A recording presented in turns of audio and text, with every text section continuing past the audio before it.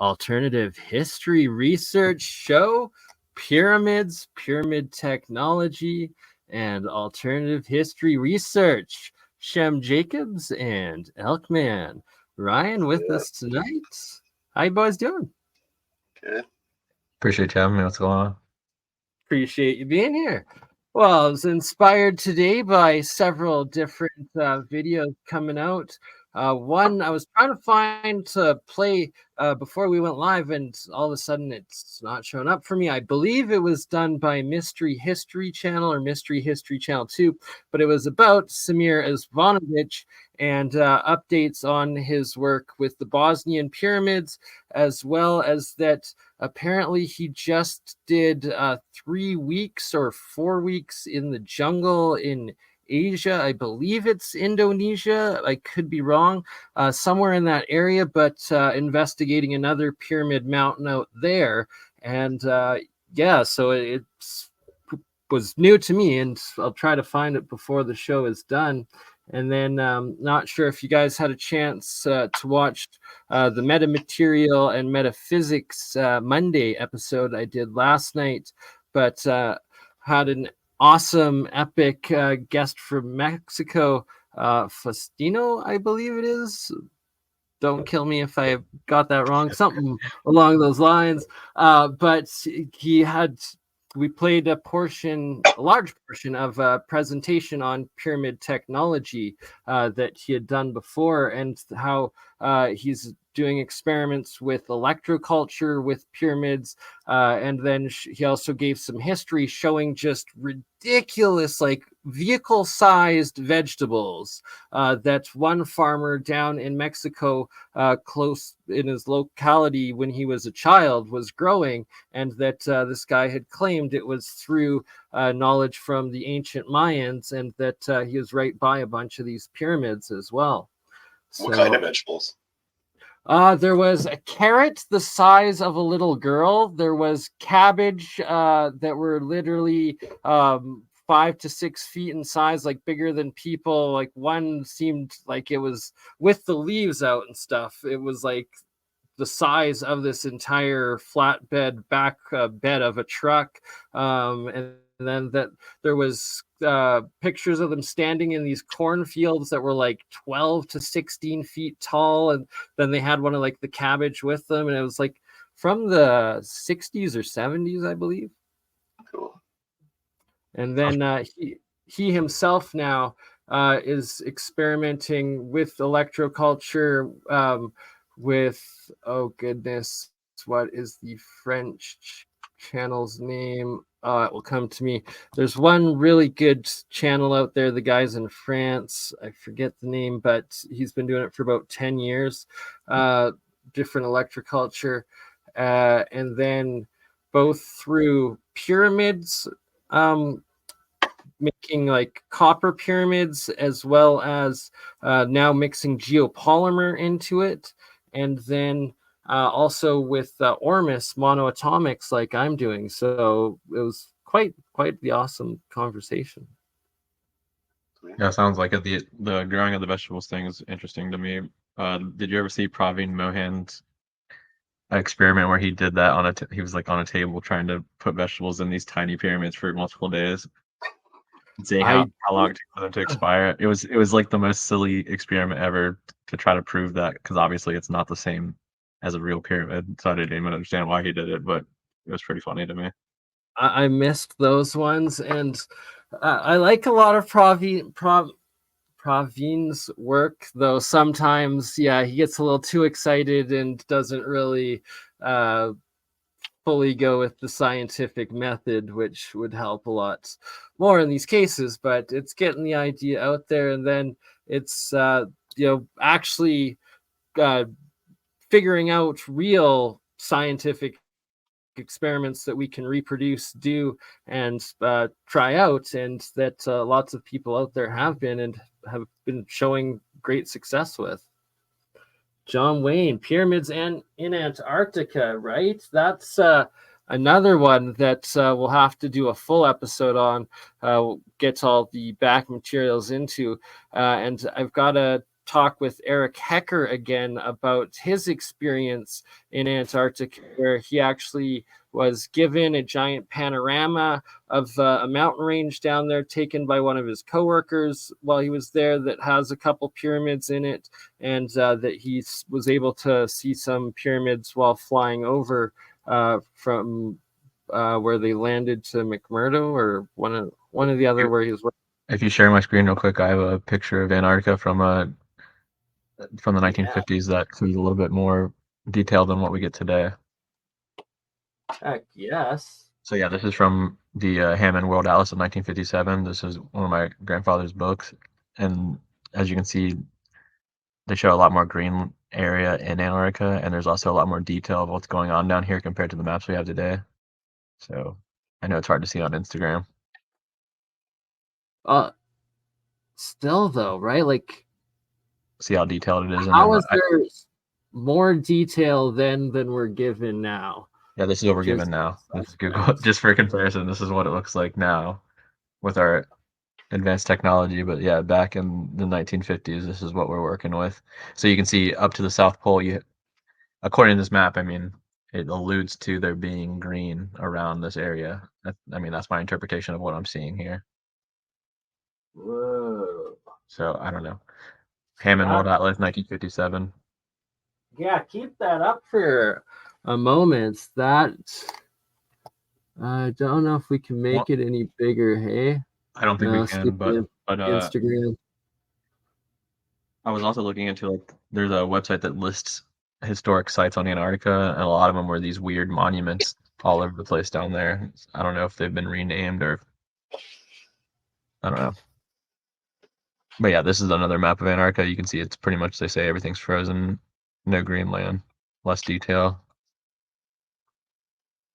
Right, like, and it seems like there's lots of different stations and like outposts and whatnot, different features, settlements and whatnot labeled there, where today we're given none of that.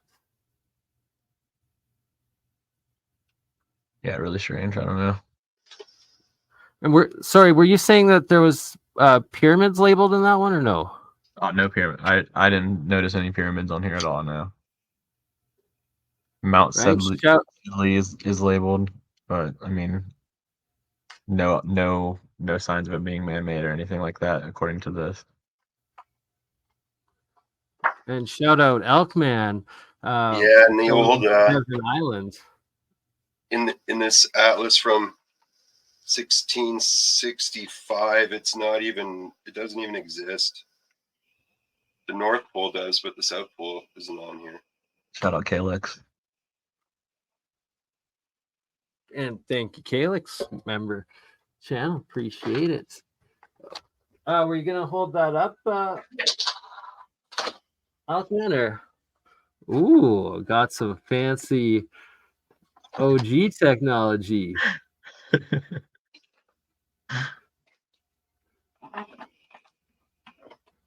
Appreciate you, Steven.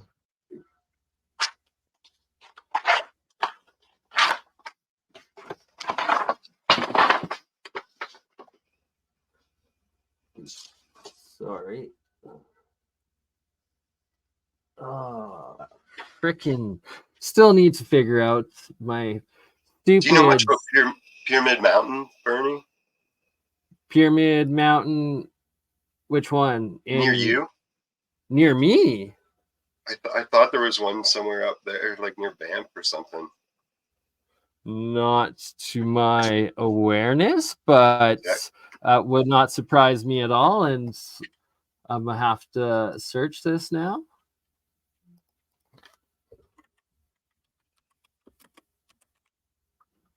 It's amazing how many pyramid mountains there are out there. Oh, the one I wrote in the White Pyramid, but there's another one too called just Pyramid Mountain. It's in Alberta as well. Yeah, I wrote Jasper. Oh, sorry, Shem. Were you trying to share or? No, I don't.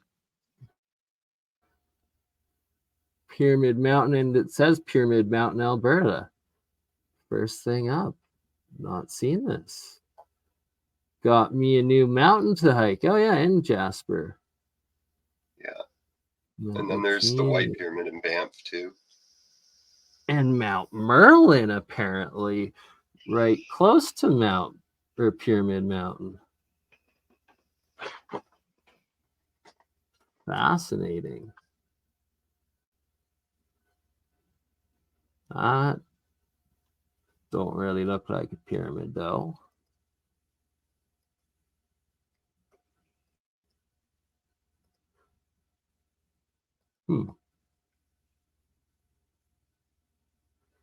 And sorry, which one in Banff were you saying? The White Pyramid. The White Pyramid. Yeah, Steven has a comment too about the governor of Arizona. His burial plot is a giant white pyramid in Phoenix. It's like similar to the one that you find close to, or I think it's close to Yale. I'm not sure. I don't remember. There's one on the East Coast too. There, it reminded me of when I saw it. I think Praveen Mohan actually has a video about the one that I'm talking about. It could be Robert Seffer though, where they walk up to the pyramid and film the inside. And I've seen that video. I don't remember what it's called though, unfortunately. Huh. I'll look it up real quick. The Arizona one though.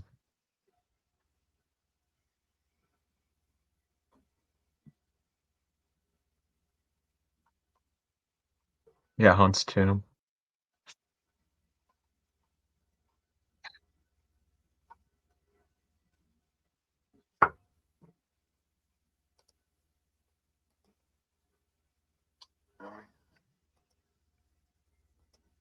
Pretty strange. I think there's one of those in Toronto too. Right? Like there's pyramid mountains everywhere. I wouldn't be surprised if they build it in modern times though, but it is interesting. George W.P. Looks like Jordy Jordan from Wings of Redemption.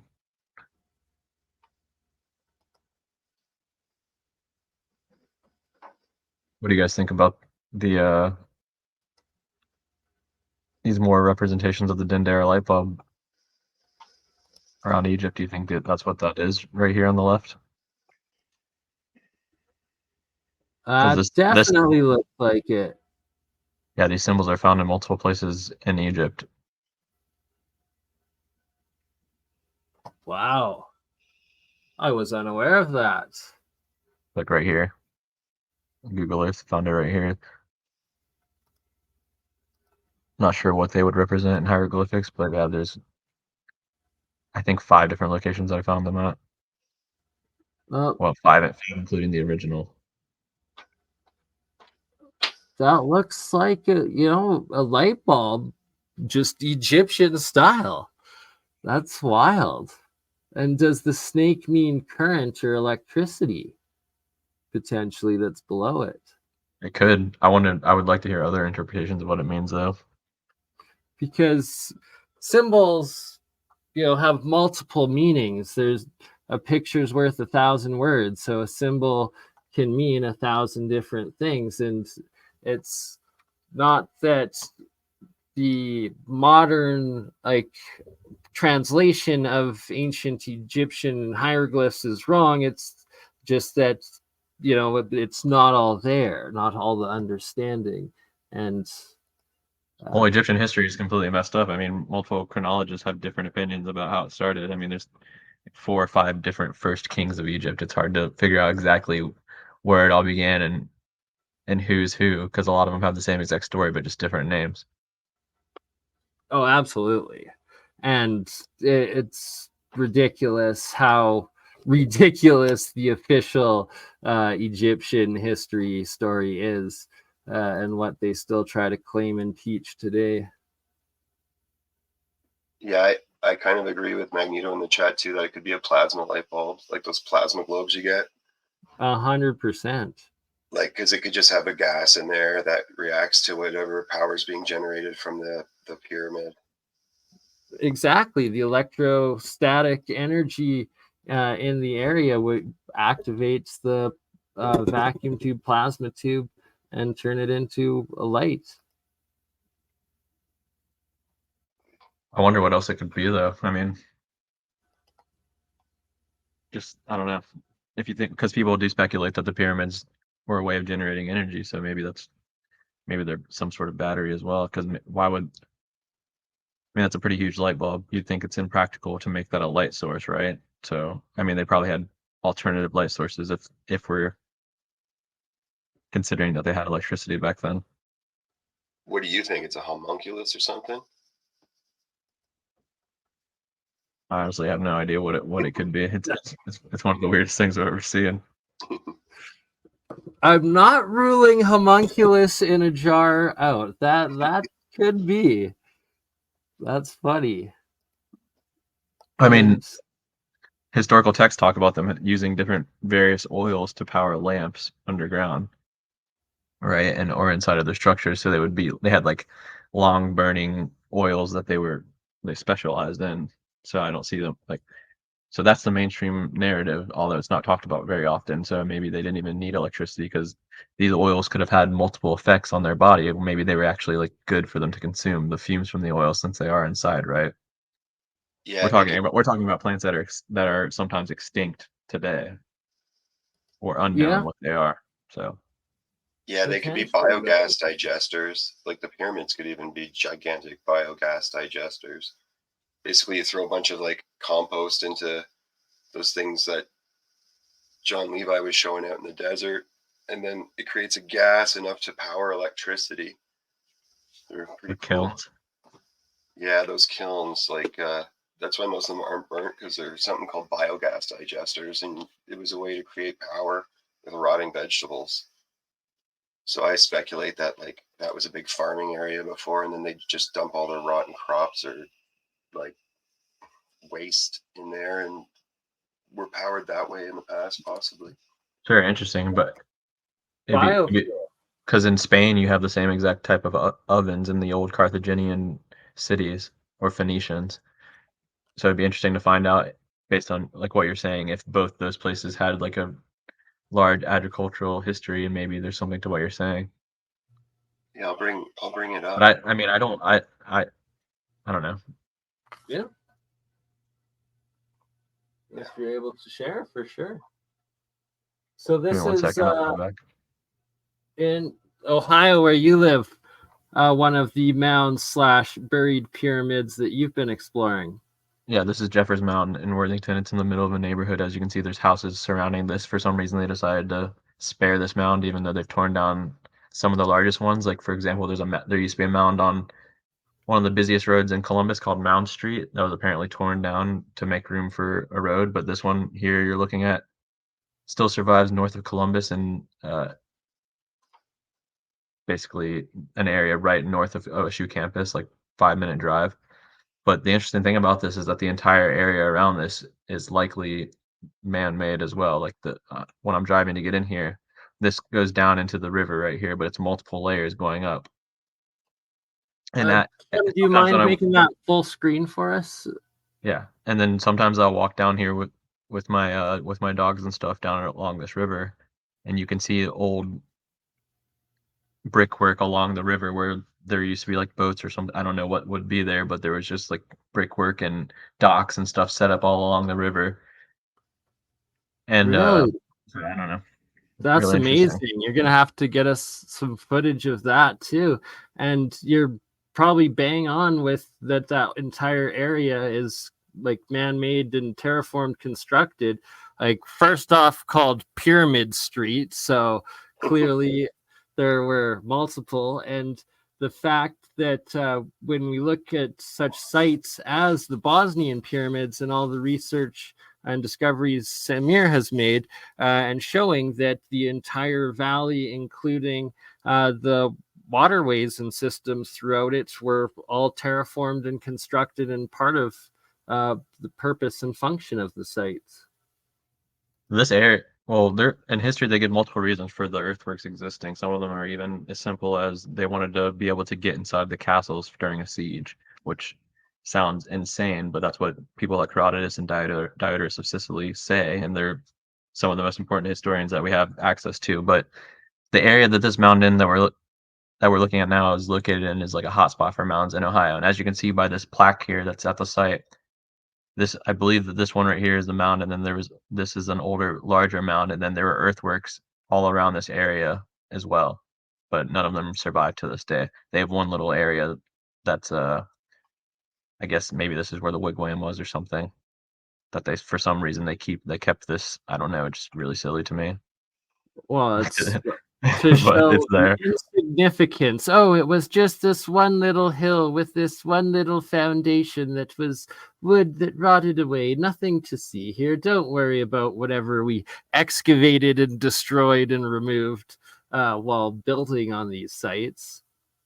Yeah, it's ridiculous, and you can see in the thumbnail here kind of what it looked like before as well. Well, I can't really go over it, but right here where my mouse is now, that's a map of the old site before it was destroyed, and you can see it kind of goes down to the river right here as well. And then up here there used to be like another river type structure that's completely changed now. But yeah, I mean, yeah, we have serpent mounds here in Ontario as well. Not a lot of people know of them, but they're in Rice Lake. It's a National Historic Site of Canada. Really? Yeah, I'll bring that up, but show that biogas digester for a second before I explode here. Yeah, let's bring that up. So that's how it works. You can feed any type of waste or anything that decomposes in it, and then it goes down into the digester, and then the digester collects all the gas, and then you can use the combustion to create electricity. So that's they use this type of technology today in some places around the world. I guess they're trying it out to like help with relief for poor areas and stuff. But I'll be right back. Give me 1 second. Yeah, and like you can make these at home too out of garbage cans and such.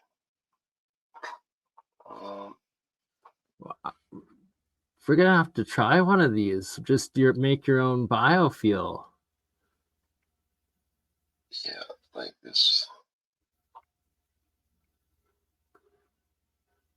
It explains a lot of like the cisterns and what's the basins and whatnot that are built into a lot of old structures, and also the pyramids in the surrounding areas. Oh, nice. Yeah. Yeah, so I suspect like where a lot of those old kilns are found with no burning in them, that's what they were, and they were highly like fertile grounds at one point that are no longer being used. When I was watching that one John Levi video, I knew what these were before, and it instantly was like, oh man, that's exactly what those things are. But yeah, that's biogas digesters, and it's all sorts of like I guess analog style power and just technology that the ancients used and built and utilized and incorporated into all of their functioning architecture and building and terraforming, and or had clearly a lot more abundance and what's the right word? Just healthier, freer living or developed living than what we have possibly even today. yeah, like there was more different avenues of creating energy, power, whatever you want to call it, before everything was taken over by the black ooze. Right? They've been using vitamin for much of recorded history, though. So I wouldn't necessarily say that, but I do think that it's possible there are alternative energy sources. Yeah. Oh yeah, and a lot more, right? And it's kinetic work that it was through hydropower, through wind power as well, and through animal power. But then this biofuel's a great possibility. with it. Yeah, I'll try and bring up another example of it. I think they found them in Australia somewhere too.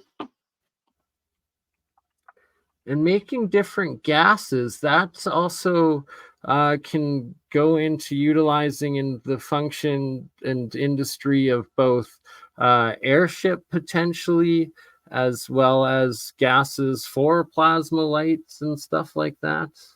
Yeah, and all you need is a distillation column to do that, so that's easy peasy.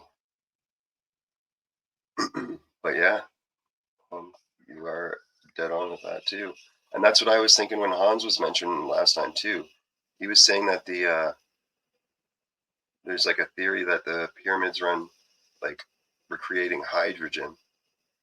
So I kind of think that they could be using those to fuel like possibly airships or something. Like, I don't know. That's what I instantly thought as soon as he said that, because he said the vents were at the top or something. So Right, exactly. And that there's a very good chance of that. And with my own electrolysis experiments and just how easy it is to turn water into hydrogen and oxygen, as well as well, it's a little bit more advanced, but we're figuring it out. But and for all we know, the ancients could have had it figured out of actually transmutating hydrogen into helium and then using both gases in the airship technology.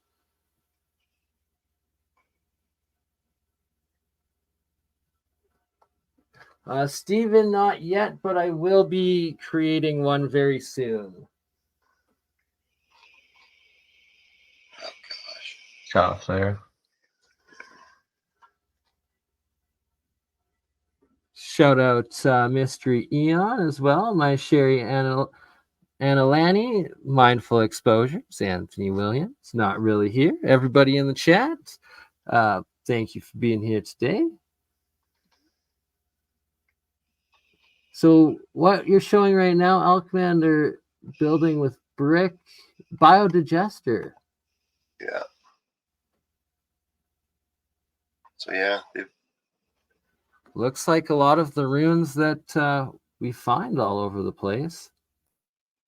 yeah, and they even kind of look like silos too. And like some people, like in their towns, have water towers that are in weird shapes too. So they could also be some kind of form of biogas digester. And like with what you were saying, separating the different gases, like it happens at different heights in the column and at different temperatures. So like the tall obelisk type ones could be used to be fueling something that's up there.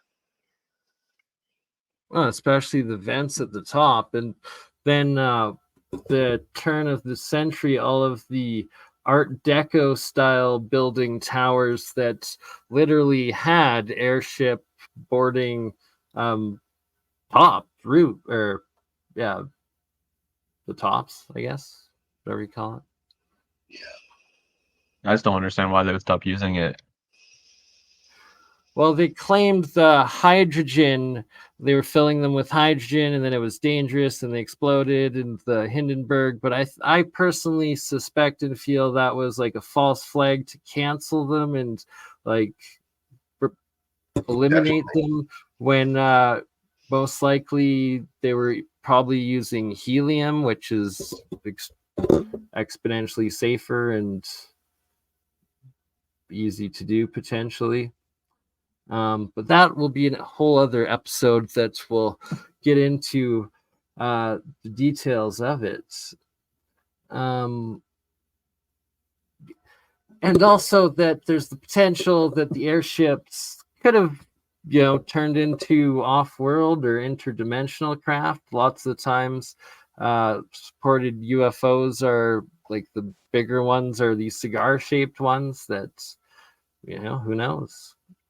And I think there's a reason for all the different shapes of mounds too, because you can only really see them from above. So I think it's for like so they know where to land their airships to pick up whatever supplies or hang out with whatever people.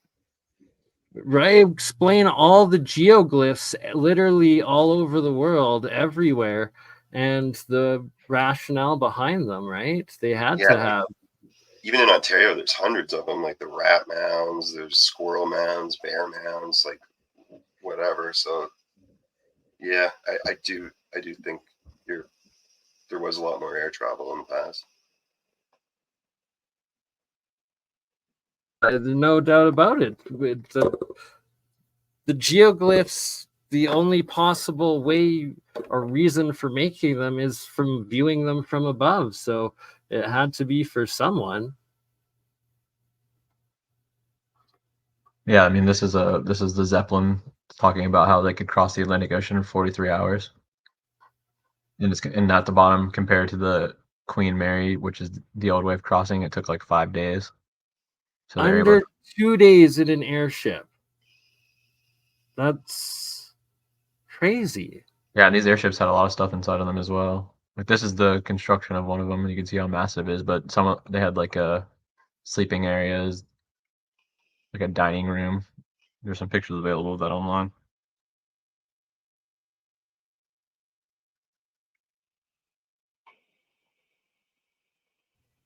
If it wasn't for the hydrogen, and if they were able to mass produce and use helium, there would be zero risk of fire and explosion, and it would be exponentially safer than a ship on water that could sink, because you don't have to keep fueling it to keep it buoyant or up in the sky, right? It's not like a hot air balloon where you have to keep heating the air. Once you have it trapped in that specific buoyancy, you'd be stable. Yeah, you're right. We were talking about the different uses of mounds earlier, so this is from Diodorus of Sicily. And real quick, before we talk about the mounds, I just want to show that all the way back, according to them in ancient Egypt, we have people digging tunnels through mountains to get water to go to a city. So this is talking about Queen Semiramis, which is, I think, often associated with Queen Nitocris of Italy, or not Italy, Egypt as well. But it says here, and since a great lake which emptied into a river lay on the other side, she made cutting through the base of this mountain. The tunnel was 15 feet wide and 40 feet high, and through it she brought in the river which flowed from the lake and filled the city with water. So that's what she did in Media. But anyways, it says here that after she visited Persis and every other country over which she ruled throughout Asia, everywhere she cut through the mountains and precipitous cliffs and constructed expensive roads. While on the plains she made mounds, sometimes constructing them as tombs for those of her generals who died, and sometimes founding cities on their tops. So cities on their tops, why is that interesting? Because if you look at Israel today, or that area in general, a lot of the places are called Tel, like Tel Aviv, for example. A Tel is a mound or like an artificial structure made by humans. So a lot of these cities are built on these giant artificial structures. Let's continue. Just like that one you showed in our last episode together, the entire. Well, even that's smaller than what I'm talking about, because that's in, like, that wouldn't even. I don't even know how to describe how big it is, but it was also her custom whenever she made up camp to build little mounds upon which, setting her tent, she could look down upon all the encampment. As a consequence, many of the works she built throughout Asia remain to this day and are called the works of Semiramis. So these works of Semiramis are pretty much lost to history. We don't know what they are. If you look it up right now, you won't find very much information about it. But I do think that a lot of the remnants you see all throughout that area could be these works. And also, what's interesting about Semiramis is that there's like an androgynous thing going on with her, where sometimes it seems like the same character is presented as a female sometimes and as a male other times, because you hear the same thing about, say, for example, like Men or Sesostris and of Egypt as well. So it's hard to tell who exactly they're referring to in this story, but yeah, someone did some great stuff in history apparently. So many. That's a fascinating point. And how many of those cities are built on these artificial mounds, mountains, and pyramid structures? Well, Luke was talking about a lot of them in England as well when I've had conversations with them before. So it seems like they're pretty much everywhere. It seems like it was just the normal thing to do to build these earthworks. Whenever I mean, I've seen pictures of castles in like in Gaul and like Germany, I guess you can call it, like the German areas and the French areas that have these massive mounds on the outside of the castle, and that lines up with some of the reasons that are given in history for the mounds, because sometimes they would literally just construct earthworks, I guess, according to mainstream history, to and like if they're doing a siege on a castle or a fortress, they would build an earthwork to be able to march the troops in there. And you see evidence of this, but it could be, I mean, that could just be a cover story, who knows, but it's just interesting that they had the resources to be able to build an earthwork on the fly to invade fortress. I find that completely fascinating. That is like, there's just so much that has been written out and covered up and lied about in our history and hidden in plain sight everywhere. Well, it seems like even since the beginning of time that like the earliest chronologists we have evidence of are already trying to like rewrite history. They're already doing what we're doing today. Like Herodotus or Diodorus, they're basically going through the sources, if we believe mainstream history to be what it is. They're going through the sources that they have, and they're saying like, oh, this isn't true, and this is why, and then they're correcting it, or they're saying like, this is what this person says, and this is what this person says, and this is why it's bullshit. So if we think mainstream history is accurate all the way back in like 500 or the 5th century BC, people are already questioning the sources that they have. So just think Right? about Like, how wasn't there 8 or 12 different accounts of Atlantis and what destroyed it or something like that? Or Egypt, or what created Egypt? I think it was something like that. And then Plato's or Herodotus was the only one left there that's made it. well, for some reason, yeah, a lot of Herodotus' work survives, but a lot of other people, we have a lot of stuff missing. But it's interestingly in the most contentious points of history, like the fall of Troy, for example. Diodorus of Sicily, his lost books are like pretty much around that period and a little bit after, and then also the Celts versus the Roman Empire is missing from a lot of these texts as well. So it's interesting how that it seems to be the same areas of history that are missing. But yeah, I mean, there's a lot to that. Some people speculate that the reason this happens is because a lot of these texts weren't even created until like the 1500s, 1600s in our history, and they're just basically putting them back way further than what they should be. But Yeah, and some not as far back and others way further.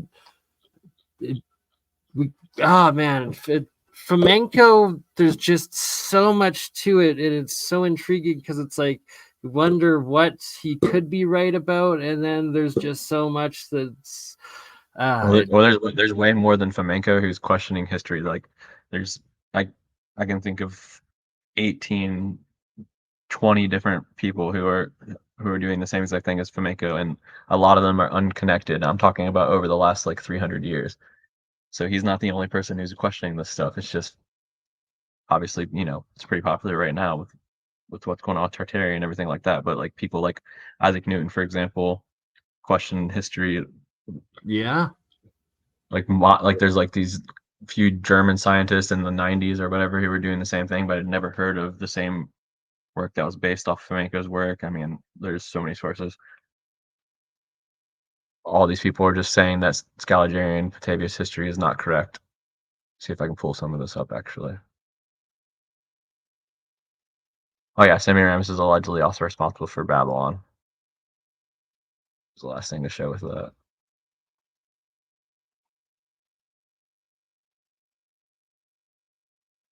Okay.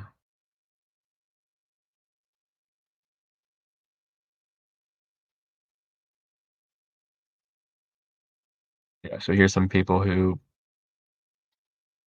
have gone against Scaliger chronology.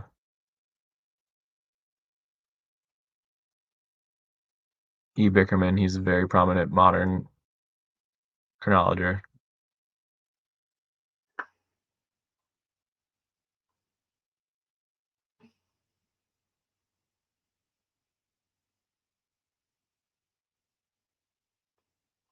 Yeah, exactly. So many, and I brought up Fomenko's name only because he is trending, and just how much he rewrote and focused on a new chronology timeline with everything. But you're absolutely right in illustrating and highlighting literally half of history figures question the official historical narrative, right? Well, the interesting thing about Isaac Newton too is he was so afraid to publish his research that he never wanted to come out. Basically, he lended it out to people who he trusted and said, "Don't release this." Oh, And then absolutely. His alchemy writings, and then what they call his oh, what do they label it as? Religious texts and prophecy texts, I guess, I think is what it's under. But really it's just the science of alchemy, experimenting, as well as his philosophical and historical research. well, the interesting thing about Fomenko too is that the reason that he ended up doing this, he wasn't going into what his research expecting to change chronology. Basically, he found this coefficient d that Robert Newton calculated was from 700 to 1300, where the moon would have had to have been accelerating in order for it to make sense. So he was doing some problem where he came across this and he's like, this doesn't make sense. So he basically combined this Robert Newton guy's calculations with N.A. Morozov's changes of the eclipse datings in relation to events like in Herodotus or Diodorus of Sicily, because they talk about the sun darkening during a battle or whatever in all these different sources. So he combined that together, and when he combined those two things together, he realized you no longer had to have an acceleration of the moon during that time period. It basically evened it out.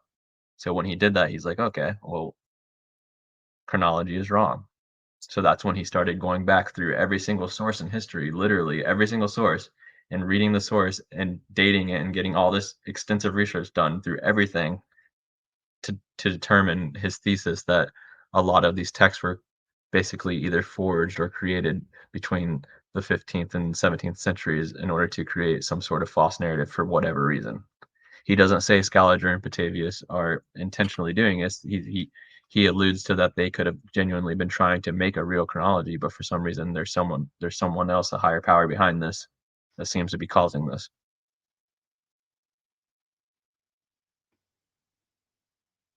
But yeah, I mean, Higher powers causing it. Reoccurring theme that comes up. yeah, I mean, it's pretty interesting stuff. It's really hard to explain briefly. Oh, it doesn't just need its own episode, it needs its own whole series to get into the depths of it. If you don't mind continuing on just for a minute here, I'm going to send out a couple invitations, as I know you guys got to go pretty quick as it's getting late for you both as you work tomorrow. And Elkman, you're overcoming the flu or cold or something. Appreciate you both being with us. But it's going to send Mindful Exposures the link, and I believe Mike Ancient or Alien Carvings will be joining here shortly. All right, so let's talk about the validity or reliability of radiocarbon dating. So the first archaeologist who opposed the radiocarbon method was Vladimir Milosic. Basically what happened was the shell of a living American mollusk had a radioactivity index of 13.8 as compared to the average value of 15.3, which makes it 1,200 years old. So basically he's saying that based on radiocarbon dating, this mollusk was supposed to be 1,200 years old. North African wild rose flower with a radioactivity of 14.7 has been dead for 360 years. So he's saying that a flower that's still alive based on radiocarbon dating is supposed to have been dead for 360 years. Australian eucalyptus with a radioactivity of 16.31, it isn't likely to exist anywhere within the next 600 years. So a eucalyptus leaf that is living right now is not supposed to exist for 600 more years. A shell from Florida with a value of 17.7 17.4, shall only appear in 1,080 years. So a shell that exists that they're holding in their hands isn't supposed to exist for 1,080 more years. All right, let's move on because there's one that's really insane to me about seals. So yeah, with those types of numbers, how can you even trust radiocarbon dating for anything that's close within yeah, here we go. The Arabian card analysis of seals that have just been shot define their age as 1,300 years, a dating mistake of 1,300 years. So they just killed these seals, and they're saying that they're supposed to be dead for 1,300 years. Seals that were mummified 30 years ago have been dated as 4,600 years old. So Crazy. pretty interesting stuff, yeah.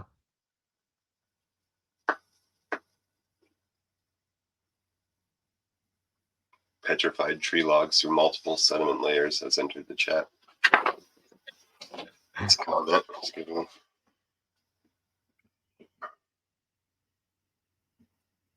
So I think radiocarbon dating, basically what he alludes to in this book is he says radiocarbon dating is useful for things in like the thousands of years, like dating it to like a period within thousands of years. But if you're trying to date something within the chronology that we have right now, it seems unreliable because I think the largest number he gets to is like 6,800 year error. Let's look for that real quick.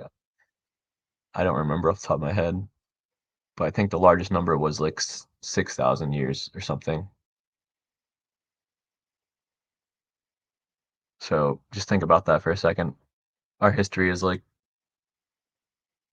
probably like what, 5,000 years. That's strange. So there's a dating era right here for 45-70 years for those seals that are mummified. So I mean that's just outrageous. But that is. We're gonna have to our next conversation with Samir Zvanovic go into the radiocarbon dating mishaps and accuracies because I believe he also is pretty well versed in understanding it a lot more.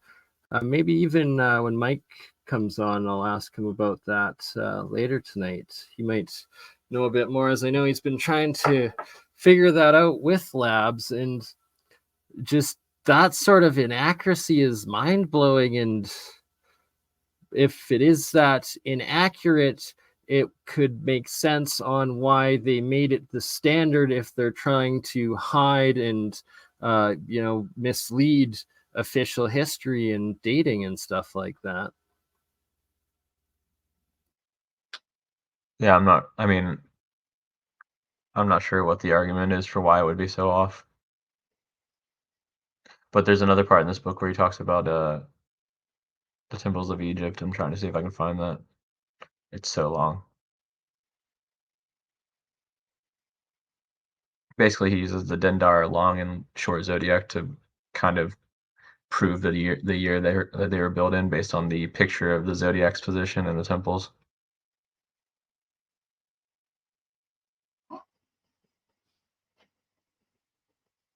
But yeah, as you can see, all of his research is pretty in depth.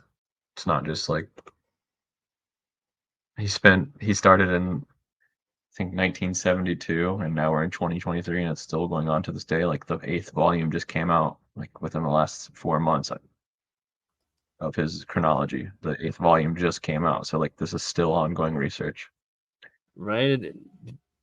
It's a life's work, and it never gets finished. It ongoing and to picking up the torch. Yeah, but I mean, if you guys have something to share while I look for this, feel free. If not, I'll just play this video of a mound I discovered in Clintonville that was said to be lost on the Ohio School for the Deaf. Heck yeah, that's awesome. Please make your large screen though. And I will get up a couple pyramid videos I wanted to share as well. Well, that's going.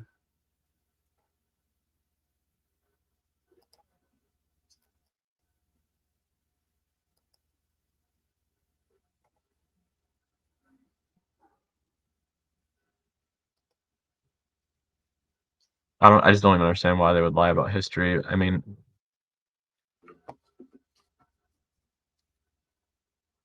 I don't know. Right? There's got to be a much larger underlying reason, right? Something that's being covered up and hidden, and most likely that we're not alone. We're not the only intelligent hominid species on this planet or realm.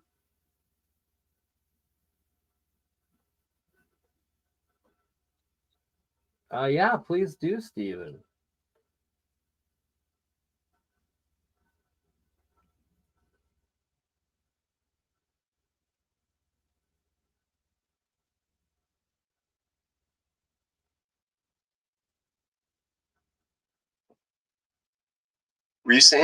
Were one of you saying that it was possible that pyramids were used to flood places? I I have not heard that. Actually, I think Ben waking up with the archivist waking up with analog goes into that a lot, with it being like a hydraulic valve for the floodings of the deluge or something like that, the inner plumbings of guess the ocean, seas or something. I have, and I do suspect, and I think we've gone into it a little bit in past episodes of whose research was it? Maybe David Steger, maybe I'm not. It'll come to me. Anyways, that the Egyptian pyramids were used.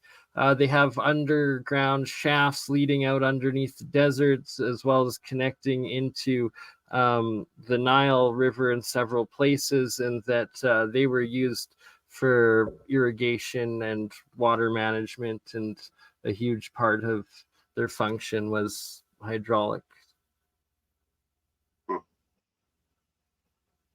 Well, I think it's Herodotus says that the first king of Egypt basically created some sort of dam system at part of the Nile that they had to improve constantly to prevent the area of the pyramids from being flooded. And the way he was describing it made it sound like to me that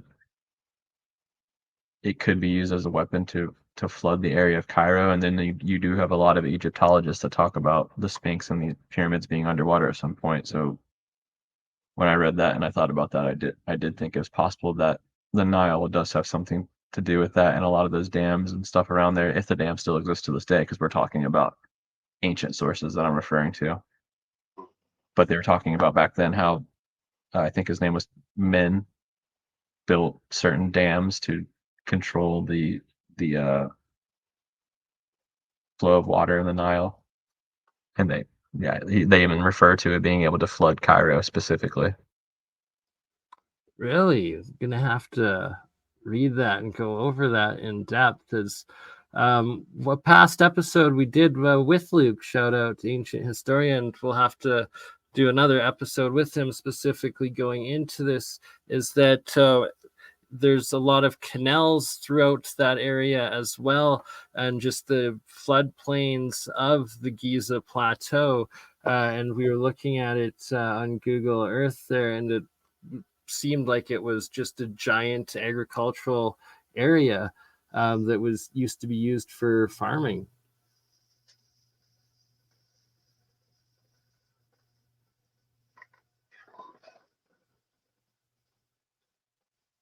All right, so let's check this out real quick.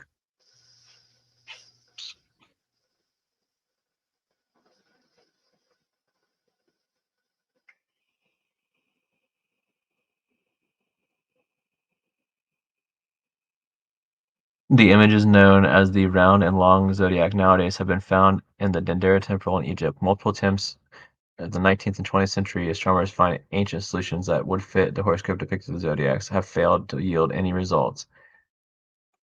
Such eminent scientists as Laplace, Fourier, Laton, Biot, and Helm have tried to solve this problem. The search for the correct solution was eventually abandoned after many unsuccessful attempts. Nowadays, the temple and the horoscopes are dated to 30 BC and 14 through 37 AD. However, it turns out that there are exact astronomical solutions. We shall give a very concise account of the matter, especially in part 2 of Cron 3. Okay. Basically, he ends up dating the zodiacs to like the 15th or 16th century based on the position. So here's a Really? depiction I of the mean, round zodiac right here. And it has, AD, like BCE, not like only 500 years ago. yeah, there's a part where he brings up I think it's his sister or something, who, she's an astronomer and she dates it. What book is this? This is Fomenko's New Chronology, History, Fiction, or Science, is the official name of it. So Fomenko is still alive, and he just published this a few months ago, correct? This one came out, I believe, in the 90s. The first volume 1 did, Okay. but he just published volume 8 like within the last 6 months, I believe, in English. I have it. I just don't remember when it came out. Well, then, I Okay, guess so we are yeah, here going to we have go. to try to schedule an interview with him and talk directly, right? That would be amazing, but who knows if that would happen. How do you even make that happen? The law of attraction, power of projection, and the fact that I'm going to figure out how to email him and write him and get it done. Yeah, but he goes into detail about the different imagery of Saturn and how it relates to different imageries at certain times, stuff like that. Just there's multiple reasons why he thinks this. It's not simple at all. Yeah. So let's see. Right, because in the Fomenko like chronology universe, there's the Thunderbolts project, essentially the electric universe, but that the planets are moving around, changing positions, having giant like arc plasma things happening, and like different crazy doomsday events. Correct? Sorry, what I didn't Like catch. Fomenko's part of Fomenko's main thesis is that like Venus, Saturn, the different planet heavenly bodies, that they're a lot more active, that they aren't in like these fixed positions, that they move about at different parts, and that they've created mass like cataclysms throughout history, right? Is that correct? I don't know. I don't remember reading something like that from Fomenko, but it does sound like something like that Chan Thomas book, The Adam and Eve Story. I'm not sure though. I'm gonna have to look into that. So it's saying that the zodiac was created when, in the 1500s? It's saying that the temples were built basically. They give multiple dates, but I think the most recent one is like, let's see. Yeah, this one right here. T and Fomenko got the result of the 7th or 8th of April in 1727. So up as recently as 1727, they're claiming that these temples could have been built. And which temples were these specifically? Like the pyramids of the Giza Plateau, or No, the Dendera Temple Complex. Dendera Temple? Okay, but then, like you said, there was several. So it's like the most recent was just 500 or so years ago, and then before that, it would be is it 12,000 or like 24,000, a half or full cycle of the procession of I the think wall? the earliest date that they got was in the 500s AD for the short zodiac, I believe it was.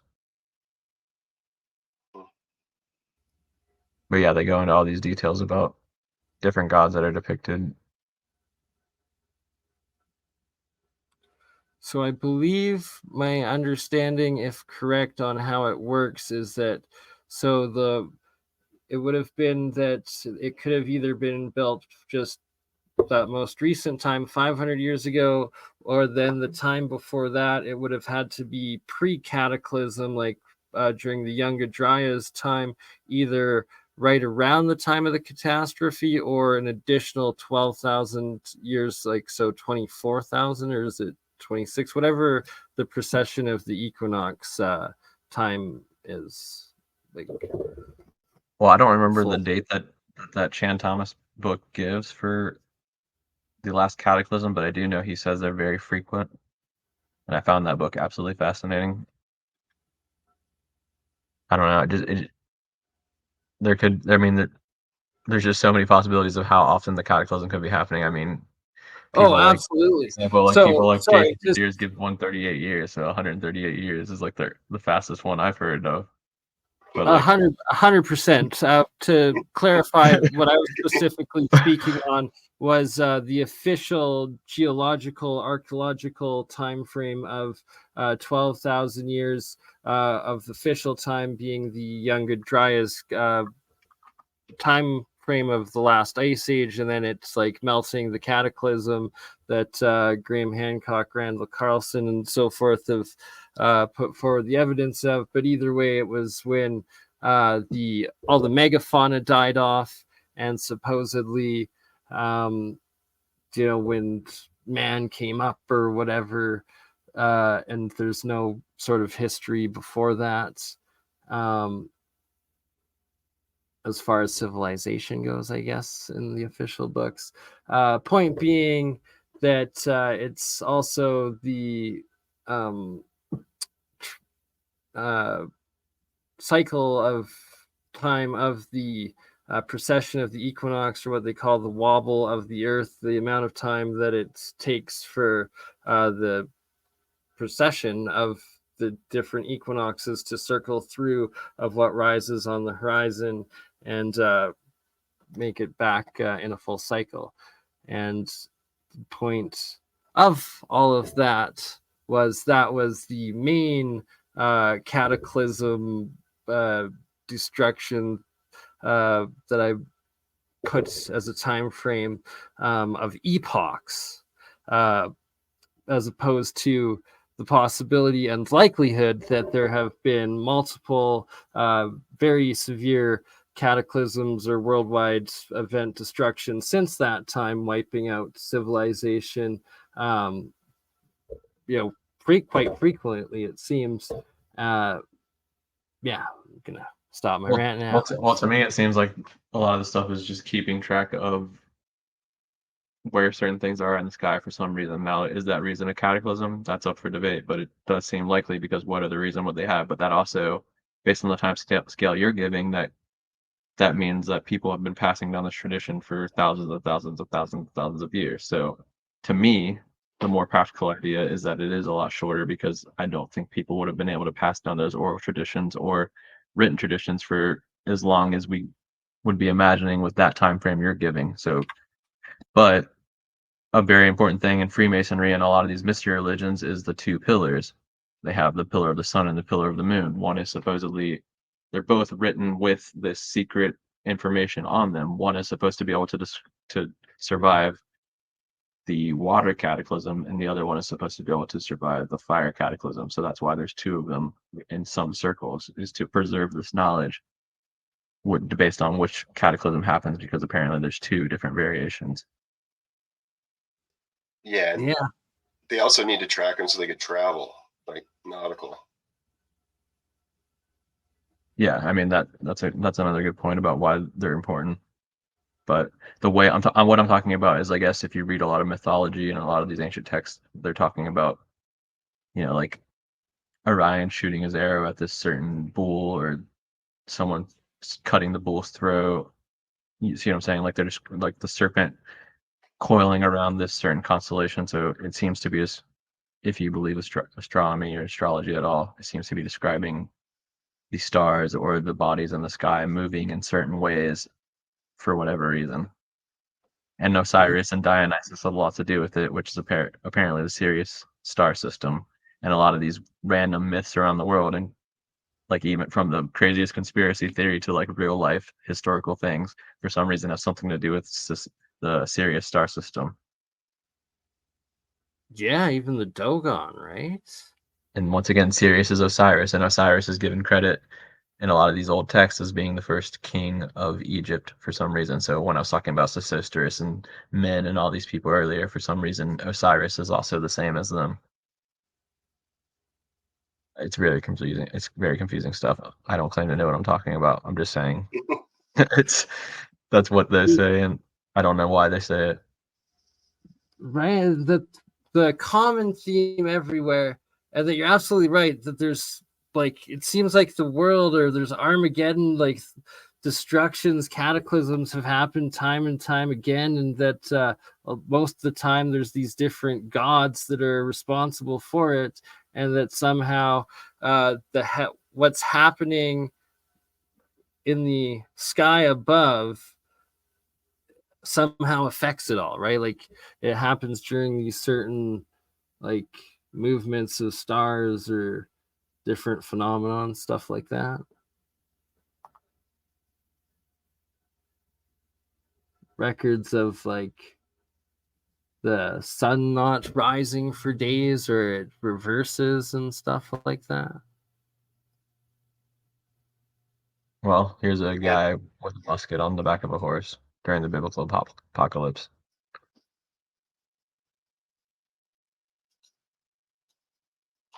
Don't know why. But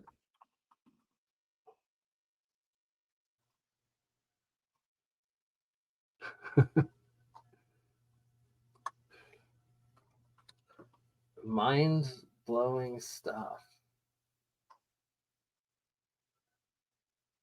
Oh yeah. This one.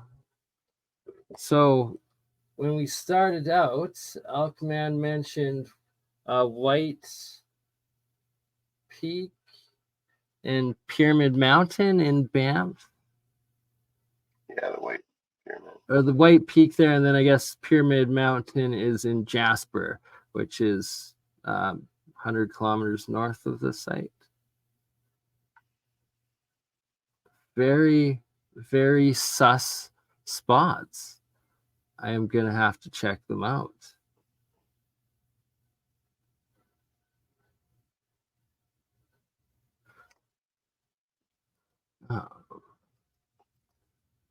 Sucks we can't zoom. Or can we zoom? Nope. Hey, Bernie, you know those kettle balls or whatever they're called? Are they near you? Are they near shale? We were talking about this last time, and they could well be. There could be shale deposits within. I believe definitely oil fields around that area. All of Alberta has oil fields, and I'm pretty sure we passed some oil pumps on the way driving in there. Officially, I believe it's all sandstone there, but what's to say that there couldn't be shale beneath that?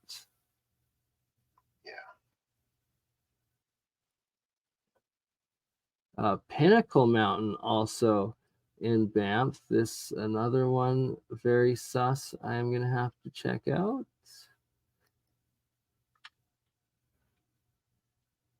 The Three Sisters. Have you heard of them? No, but I wonder if they line up like usual. They're, I guess, in front of Canmore, right before Banff, in the Rockies there, and there's legends of three native indigenous princess queens being carved onto the backsides of them, and I really have to plan a backpacking expedition in there to explore it and try to document it. Several years ago, I checked it out with a buddy on Google Maps, and the one image that like it was like just pretty much identical to Julie Ryder's Giant's Playground in Montana, of like this giant megalithic mountain amphitheater style mountain. It was like all terraced blocks, like almost pyramidal going up it. And then apparently also it's where a bunch of like the major ley lines intersect as well, I've heard. Cool. But also simultaneously, and why I haven't like gone in there, like just try and like rush in as a day trip with like just a friend or two, especially not just by myself, is because it is also known, and where I believe it's from the University of Alberta up in Edmonton. They have been like investigating it and documenting a Sasquatch like family that lives in that valley, and there's like two alpha males, like the old one and a young one, and it's just an area that you don't really want to get kidnapped or upset Sasquatch. So yeah, it's gotta go in properly with enough people, do it proper, stay for a day or two, camp out, explore it properly, not get abducted. And Maybe you do want to get abducted by Sasquatches. but no, you make friends with them by like leaving them offerings of like fruit and stuff like that. And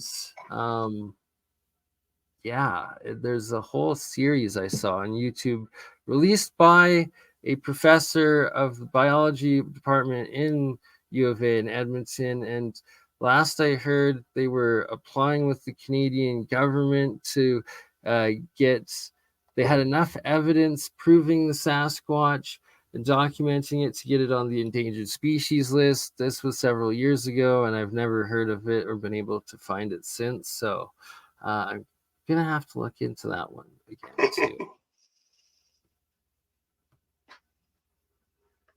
And yeah, y'all got any cryptids, experiences, stories, or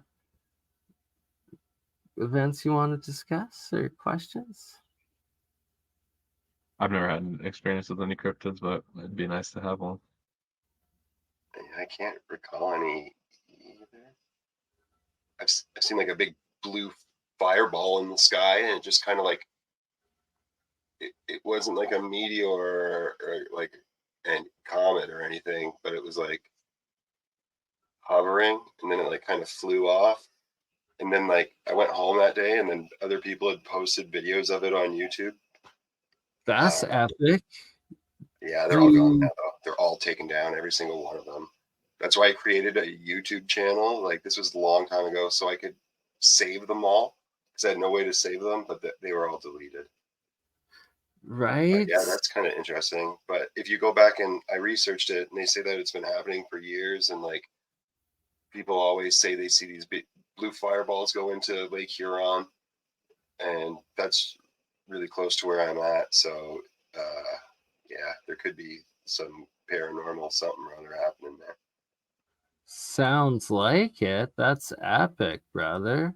But never any Bigfoots or I don't know, giants or nothing. I pulled up those mounds of Antarctica from earlier we were talking about. If you want to share my screen real quick. Yeah. So these are some of the sites I was talking about. They call them Karens on that website. These are all at Antarctica.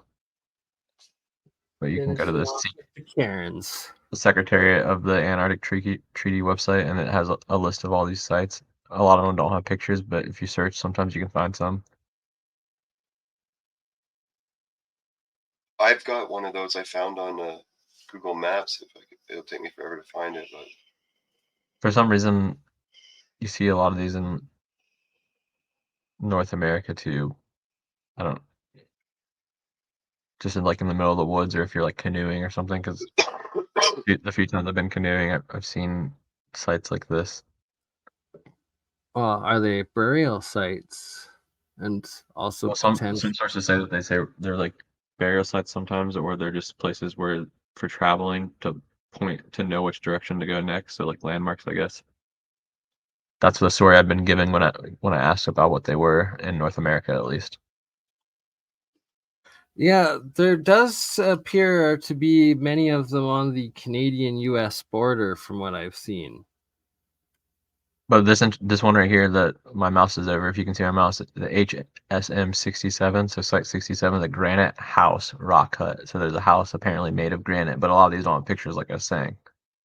So you have all these monuments in Antarctica that just a lot of them don't have pictures. Such a tease. The Lighthouse Primo de Mayo built by Argentina. Ceremonial facilities of San Martin Base.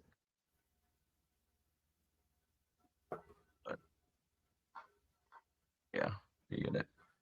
I do suspect this. 2QIK for you games. Humanity will learn its true history and past when all of the sands of Giza have been uncovered. I suspect and believe.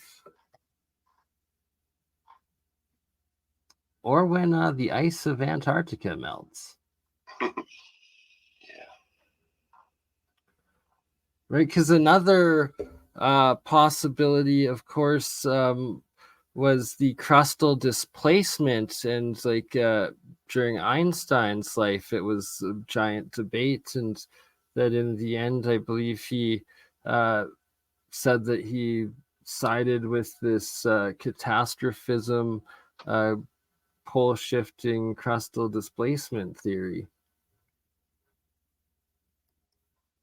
But who really knows? I sure don't. But I'd love to, figure it out one day. Like, to finish off with like the pyramids and the Devon Island pyramids, and shout out to you, Elkman, like showing that map and then us being able to find those pictures of the pyramids there. And I suspect that by the description of Devon Island being the largest yet uninhabited, yet the pictures were given of the entrance are these terraformed canals with pyramids around it, and told that only NASA operates there to test its rovers in extreme conditions.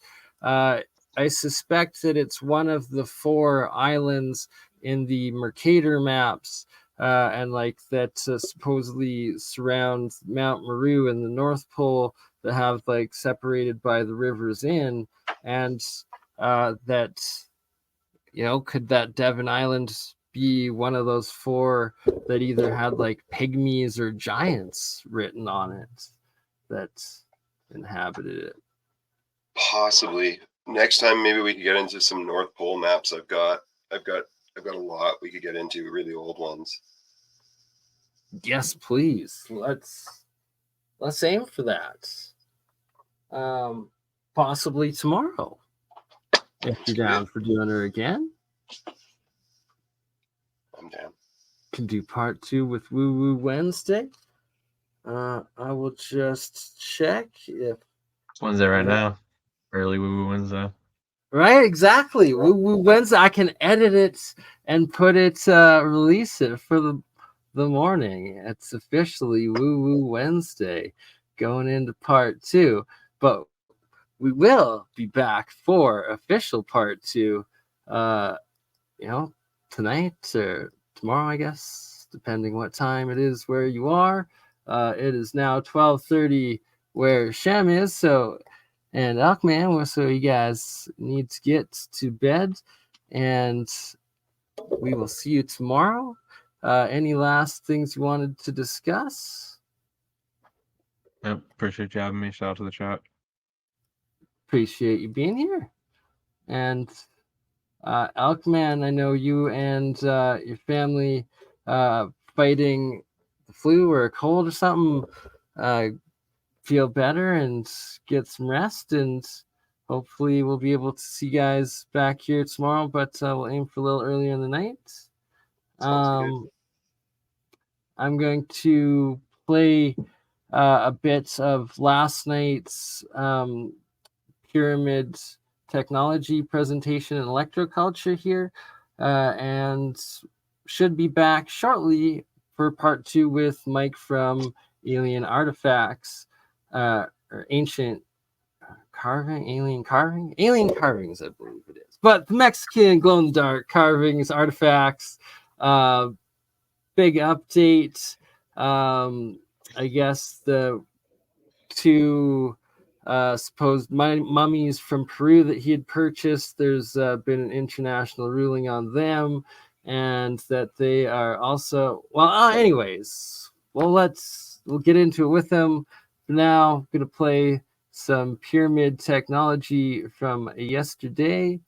Thank you all for being here. Make sure to go subscribe to Shem Jacobs, aka Tartarian Truth, and Elkman. And Elkman, what is your second channel? Earth Gazer. Earth Gazer, correct. I'll put them in the chat in a second. All right, have a good night, everyone. Peace out. Much love, brother. Thank you for joining. All right, stop that screen, present this screen, and here we go. We got last night. See, and that's the thing when doing live streams, you name them, you aim for a theme and discussion, but you never know how it's really going to go. There wasn't that much meta materials. I guess a bit of metaphysical, but not that much last night in Monday's metaphysical metamaterial Monday. Anywho, it was pyramids. It was pyramid technology. Ryan, any last words, or you got that in the chat I can share? Nah, I'm good, man. I'll catch you all tomorrow if that's happening. Okay, brother. Much love. Thanks for coming, and we will see you tomorrow, my friends. All right, thanks for having me, man. And Thanks for being of a friend, but I can share in the chat where you can find the guide if you want information, brother. I would love that. You know, I've also heard, like, if you sit. That's very interesting because this type of antennas are very healthy, not only healthy, but very healthy. And that's pretty safe. Well, I will start reading the data analysis I got from 4 of the 6 studies because, well, just for shortening the time, I will talk of 4 of the 6 studies, but you can find more information on the paper Angela will provide, where I included all the 6 studies. And well, the first one is the influence of the pyramidal effect on tomato cultivation. The study investigated the effect of black Buckaroo Woods pyramid on the growth of 3 tomato cultivars, measuring several parameters every 10 days. All cultivars were found to show improvements on the pyramidal effect, although results varied by cultivator. In addition, please, and the no, economic analysis revealed gains in the areas with the pyramid effect, with the line 2 being the most. In short, the pyramidal effect improved in the yield of tomato cultivars. Okay, this image is just a representation, are not the image of the real tomatoes. But in conclusion, the pyramid helped the cultivation of the tomato. We also have another study. The name is the germination of green gram with influence of the pyramid energy in lunar days, which is interesting because they took the moon cycles in consideration in this experiment, and they looked at the impact of 2 types of pyramids, polywood and copper, of 2 different sizes, and the germination of green grass seeds during the lunar month. The pyramids were observed to improve the germination, mean root length, and fresh seed weight compared to the control group. although they did not significantly affect baked dry weight. Copper pyramids and larger ones proved to be more effective, and germination was greatest during the first half of the crescent moon phase and the second half of the crescent phase. So they got uh, the best